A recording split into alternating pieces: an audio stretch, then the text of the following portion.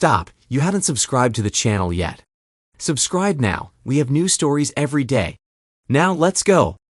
My heart filled with pride as I watched my daughter round second base. The outfielder made an error, throwing the ball back into the field. Brooke didn't even slow down, watching the left fielder's throw. I held my breath as Brooke barely managed to intercept the relay to third base. How many times had I told her to never make the first or last out of the inning at third base? The fans on our side of the field let out a collective sigh. It was the bottom of the ninth inning in the district championship game. After 9 innings, the game ended in a tie, and now, in the second overtime, Brooke had hit a triple. I've been a baseball fan my entire life, but I've never been as excited or as nervous as I was in that moment. My daughter seemed determined to win the game, even if she had to do it all by herself. The next batter struck out on 3 pitches. Now we had 1 out and a runner on third. The next batter hit the ball to third base. Their third baseman was good. She watched Brooke return to the bag, then threw the ball to first base. Brooke sprinted home. I couldn't make a sound. A lump the size of an apple formed in my throat. It felt like everything was happening in slow motion. The first baseman caught the ball and threw it to the catcher. Brooke slid toward the back of the plate just as the catcher reached out to tag her. It was so incredibly close. Time stood still as everyone waited for the umpire's decision. After what seemed like an eternity, he spread his arms out and down, palms level with the ground. An uproar erupted. Tears streamed down my cheeks. I watched as Brooke's teammates enveloped her in a group hug. For a moment, I felt sorry that the other team couldn't win as well. They had put in an incredible effort, but only one team can come out victorious, and that's part of the game. I was sitting in the car when Brooke walked across the parking lot. She was laughing and joking with her teammates. Was there ever a more beautiful, smarter, or more athletic girl in the world? I was overflowing with love for this young beauty. "Hey, Dad," Brooke greeted as she slid into the passenger seat. "So, how did you like the game? And don't start with the whole 'don't make the first out at third,' Dad." "Brooke, there are some fundamental truths in baseball that prove themselves over and over again. That's one of them," I replied. "I didn't make it up, but it's a fact." "And how about the fact that my arm was hurting, and I didn't think I could pitch to another batter, let alone another inning?" she asked. "We had to get it done in that inning, or we'd end up in deep trouble." "We should probably ice your arm tonight, Brooke. I didn't know your arm was hurting. Did you tell your coach?" I asked. "No, Dad. It would have put her in a tough spot. She would have had to pull me, and she didn't really have anyone else to put in. Nancy has a sprained ankle, and Stephanie is out with the flu. Now, next week, we're heading to the States." Brooke smiled. "That's definitely better than ending the season, right?" I marveled at the child sitting next to me, the one I used to change diapers for and teach to ride a bike. I showed her how to throw, catch, and hit. Now, she's the reason her school won the district championships and is heading to the States. I smugly gave myself some credit for her many successes in both academics and sports. "Where are we going, Dad? You missed the turn for the 6th highway."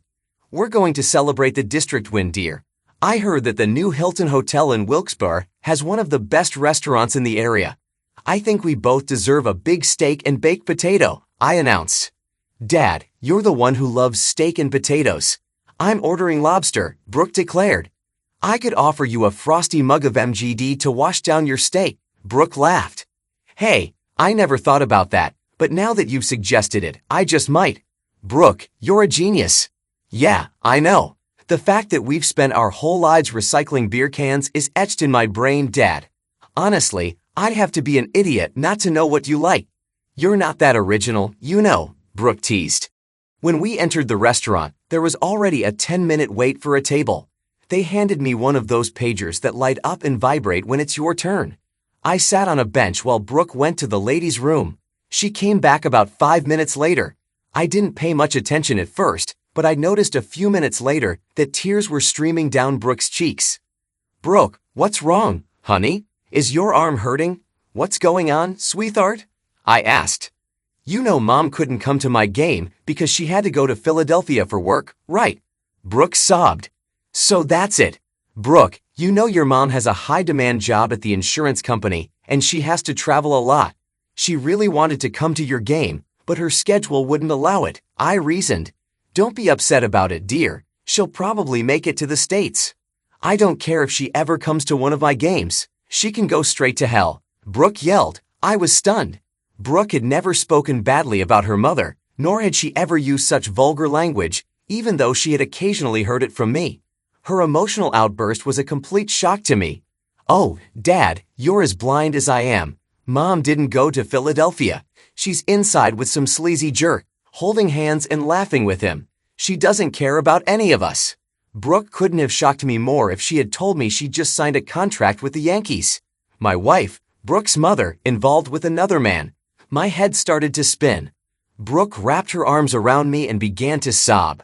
Tears started rolling down my own cheeks. How could one of the best days of our lives turn so quickly into a nightmare? I pulled away from Brooke just long enough to return the pager to the hostess, then I hugged her and led her back to the car. I helped her into the passenger seat and then climbed into the driver's seat. I didn't start the car because I could barely see. We sat there together in the parking lot for another 10 minutes.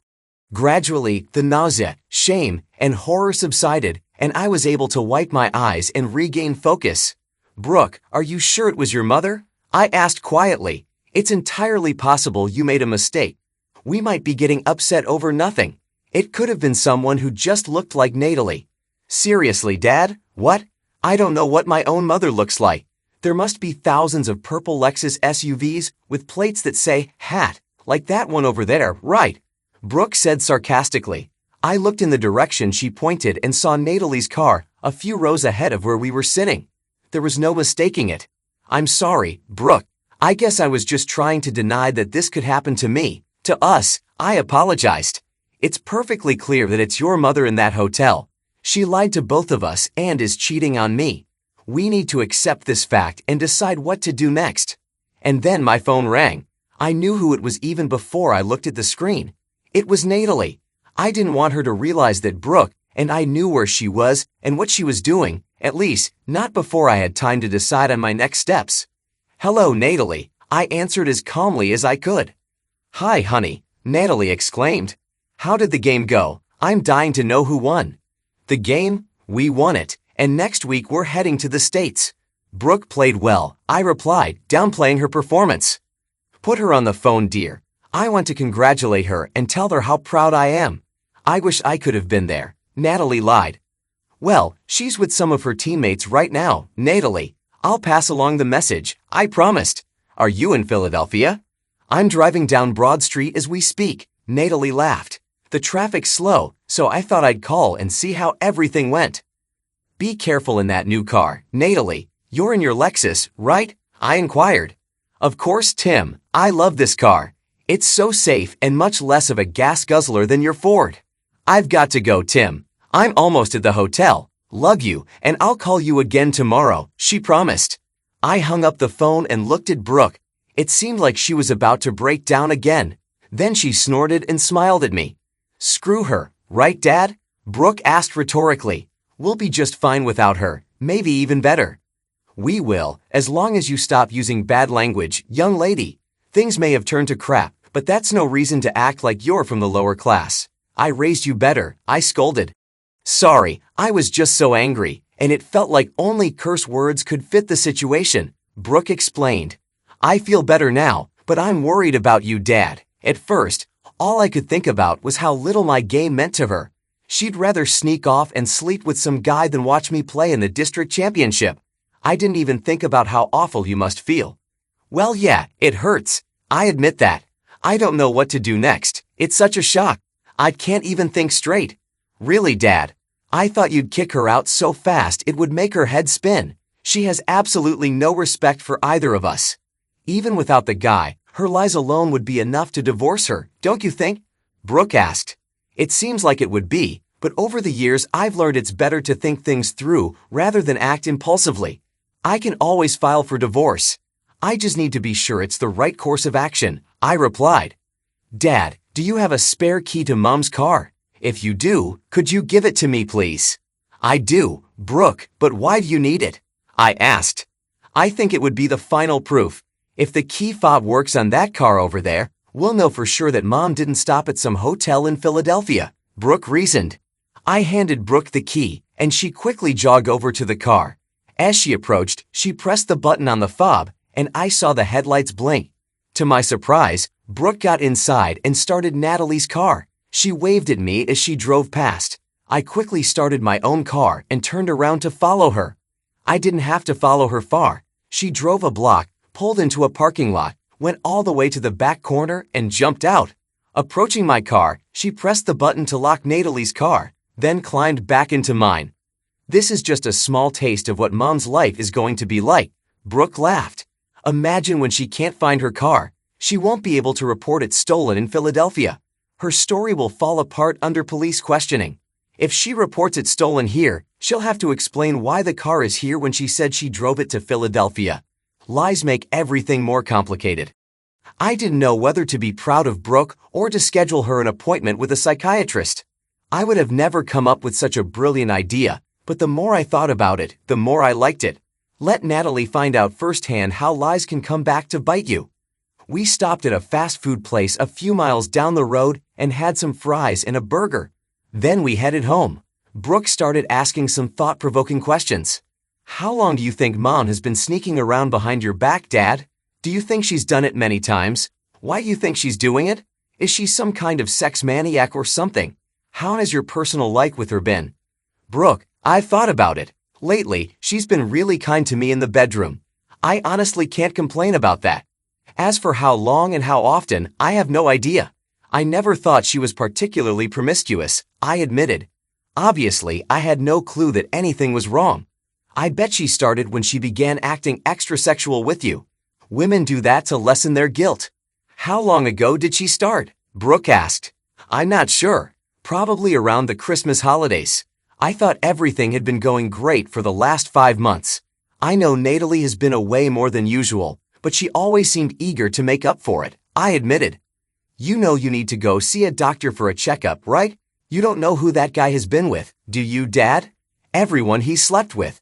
You could say you've slept with 2, in terms of diseases, Brooke warned. You should also get protection if you plan to keep sleeping with Mom. Brooke, I'm not going to buy protection. Wouldn't that be a clear sign that I suspect something? Your mom isn't stupid, even though she's acting like it, I added. But I can't have sex with her anymore. I've lost all desire to be intimate with her. I'll go for a checkup and just find ways to avoid her until I figure out what to do next. Just make sure you take care of yourself, Dad. I'm going to rely on you more than ever. When you decide to divorce her, I'm going to live with you, that's for sure, Brooke stated firmly. Why are you so sure it'll end in divorce, Brooke? Isn't there a chance that Natalie and I could work things out? Dad, you're always gentle and kind to Mom and me, but I know what you're thinking and feeling.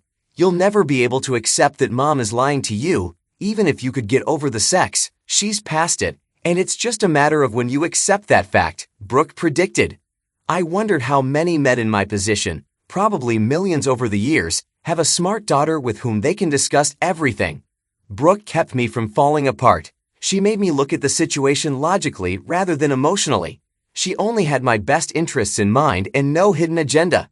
Could there be a better confidant for anyone? The next day, I made an appointment with the doctor. After work, I stopped by the school to pick up Brooke after her practice. I arrived a little early and watched the girls practice. Other parents were constantly praising Brooke's performance.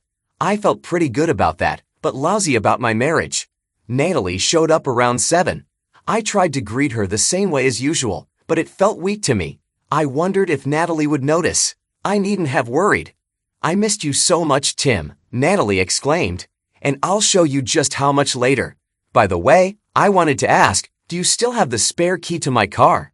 Of course, here it is in my pocket, I replied, reaching inside and pulling out her spare key. Did you lose yours? No. Otherwise, I wouldn't have made it home, right? Natalie answered a bit too quickly. I just thought I should have a spare in case I lose mine. All right, I agreed and handed her the key. She must have found her car, but had suspicions about how it had been moved. Now, she would be more careful. As if on cue, Brooke walked into the room. Hi, Mom. How's Philly? Did you have a good time? She asked. I wasn't expecting to have a good time, Brooke. Those meetings are long and exhausting, Natalie insisted. They're not fun. All right, Mom. Long and exhausting, but not fun.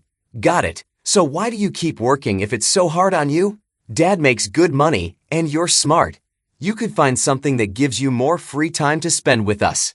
I actually love my job most of the time. Plus, I won't always be traveling this much. I think things will settle down by the end of the year, and then I'll have plenty of time to spend with you both. You'll see, Natalie replied, carrying her small suitcase into the bedroom and closing the door. Brooke gestured for me to follow her into the kitchen. Did you hear that, Dad? Looks like her lover will be moving out by the end of the year, and then you can have Mom back. How's that for a deal? Lies and potential STDs for another 6 months or so, and then it'll all be over. Unless, of course, she finds a new stallion. Can you live with that decision? Brooke asked. You're reading too much into one sentence, Brooke, I pointed out. It might not be what she meant, and it's probably not like that at all. Remember, I grew up around both of you, and I know how you both think. Mom believes she can have this affair and then return to a normal life next year without anyone getting hurt, Brooke insisted. Well, that's debatable, Brooke. I can't live with that kind of situation for long. I can't live with it for even a day. It's incredibly stressful for me, I admitted. Well, it's going to stay that way until you take steps to resolve the situation, Dad. These things don't just go away on their own, you know that. That evening, I told Natalie that my back and head were hurting. But even then, she suggested I just lie down and she would do all the work. It took some effort to talk her out of having sex. This is what my life had come to. I had to convince my own wife not to have sex with me. It made me really angry. The next evening, as I watched Brooke's team finish practice, it seemed like some of the other girls' moms were friendlier than usual. Brooke noticed it too. She mentioned it on the way home. Dad, I saw Emily's mom holding your hand while she was talking to you. It looked like she was pressing her chest against your arm. That's not accidental when a woman does that, Brooke assured me. Then I saw Mrs. Thomas offering you her soda. It seems like you've suddenly become the stud among the baseball parents. I thought it was strange too, I admitted. I had a clear sense that these women were being unusually friendly for some reason. Could it be that since you'll soon be a free man, they're lining up to sign a contract with you? Brooke asked. What exactly are you talking about, Brooke? They don't know that I might become free. Besides, my market value isn't that high, I concluded. Well, I might have mentioned in the locker room last night that my mom is cheating on you, Brooke said. Emily and Steph found it particularly interesting. Both of their dads left their moms in the past few years. They thought you'd make a decent stepdad. Apparently, their mothers agree. Once again, I was stunned by what my daughter had said. She told her teammates that Natalie was cheating on me. Why not just write it in the newspaper and post it online? What were you thinking? This isn't something everyone needs to know, Brooke. It's so embarrassing for me. Haven't you thought that maybe other people already know, Dad?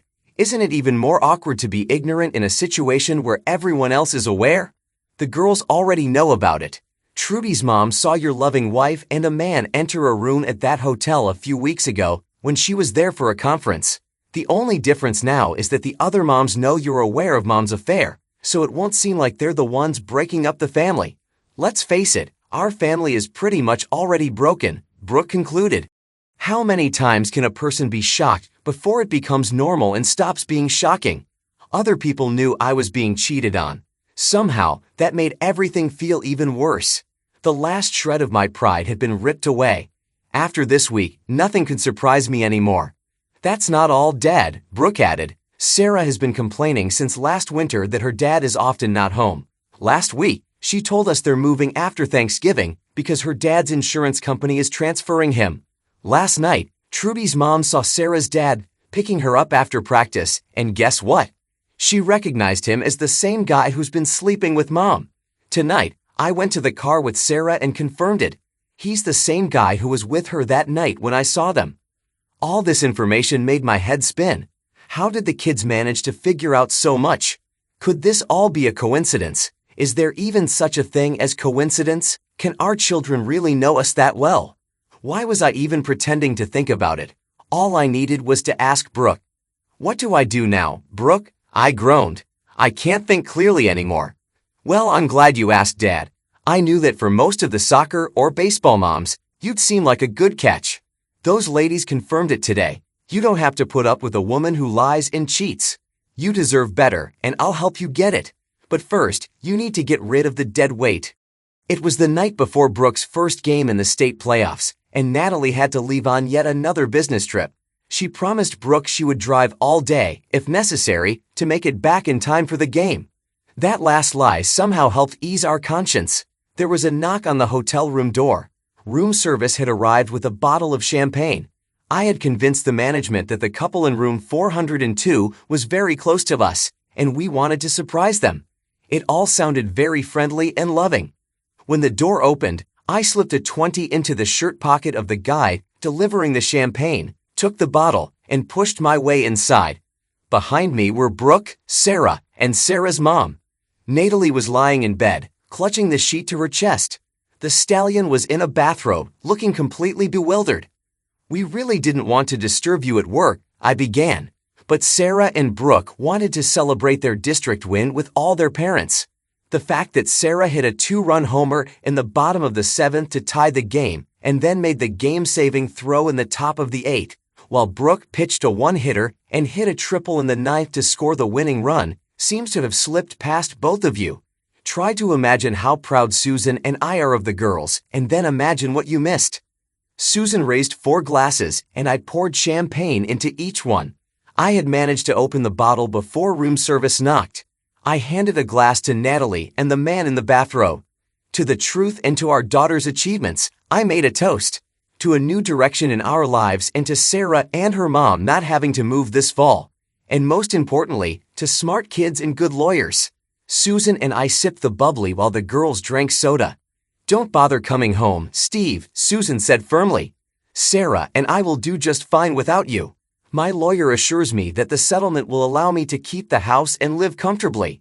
Sarah won't have to change schools again. You'll keep this mistress of yours, so I think that's pretty fair," Susan smirked, though without any real humor. "Tim, Brooke," Natalie shouted. "I love you both. Don't do anything rash. It's not what it looks like." "Well, I'm glad to hear that, Natalie," I said, relieved, "because it looks like you're lying naked in bed with that lover. What part am I seeing wrong?" "Look on the bright side, Mom," Brooke added. "You won't have to lie to avoid attending my events. You can sleep with whoever you want, anytime you want, without feeling guilty.